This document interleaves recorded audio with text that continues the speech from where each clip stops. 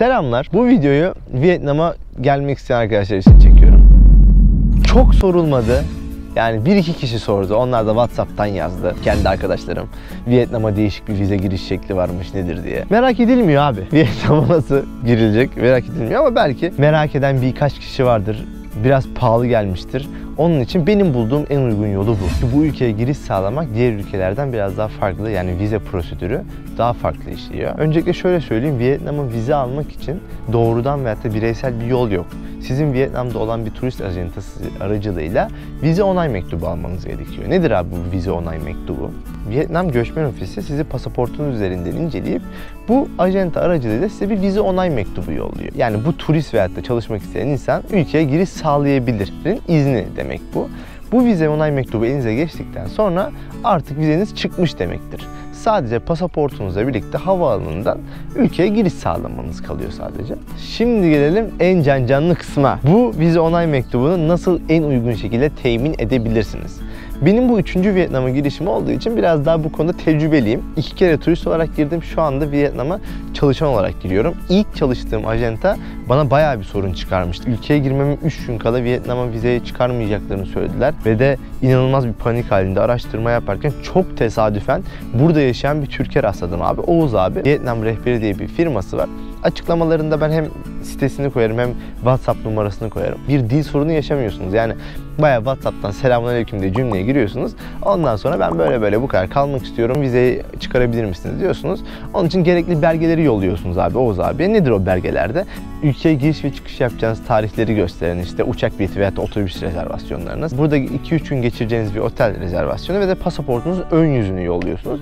Bir 10 gün önceden Oğuz abi bunu atarsınız abi. Size 75 dolara bunu hallediyor. Aslında 80 dolarmış da işte bu videoda aracılığıyla böyle bir 5 dolar kopardık. 400 abone var abi. 400 aboneye 5 dolar. 4000 abone olsaydı biraz daha düşerdi. 40.000 abone olsaydı belki bu videoyu sponsoru bile çekiyor olabilirdi. Ben de 75 dolar verdim. Daha az bir şey vermedim. Yani turist olarak girdiğimde 75 dolar vermiştim.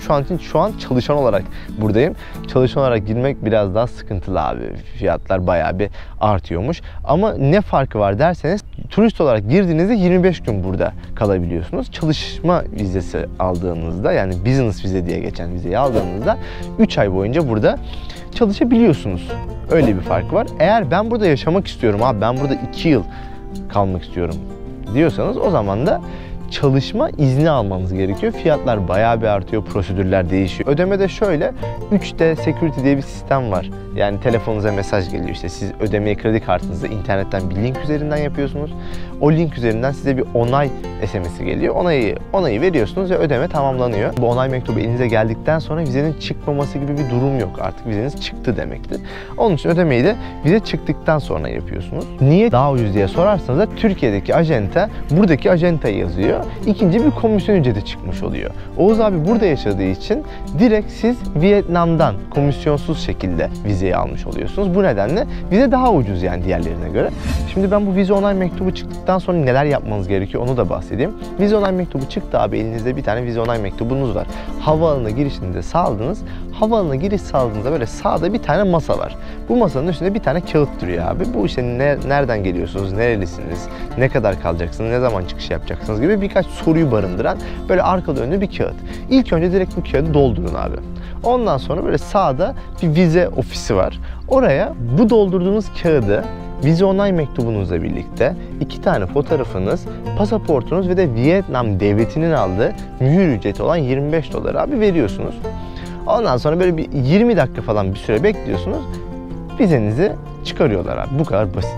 Yani başka hiçbir şey yapmanıza gerek yok. Ondan sonra ülkede girip 25 gün boyunca bu güzel ülkede böyle gördüğünüz pirinç tarlalarının arasında seyahatinizi gerçekleştirebilirsiniz. Türkiye'de bir ajant aracılığıyla almak isterseniz en uygun 100 dolara alabileceğiniz bir onay mektubunu 75 dolara ben buldum. Bunu da paylaşmak istedim sizlerle. Şöyle bir toplamak gerekirse anlattıklarım 75 dolar vize onay mektubunun ücreti var.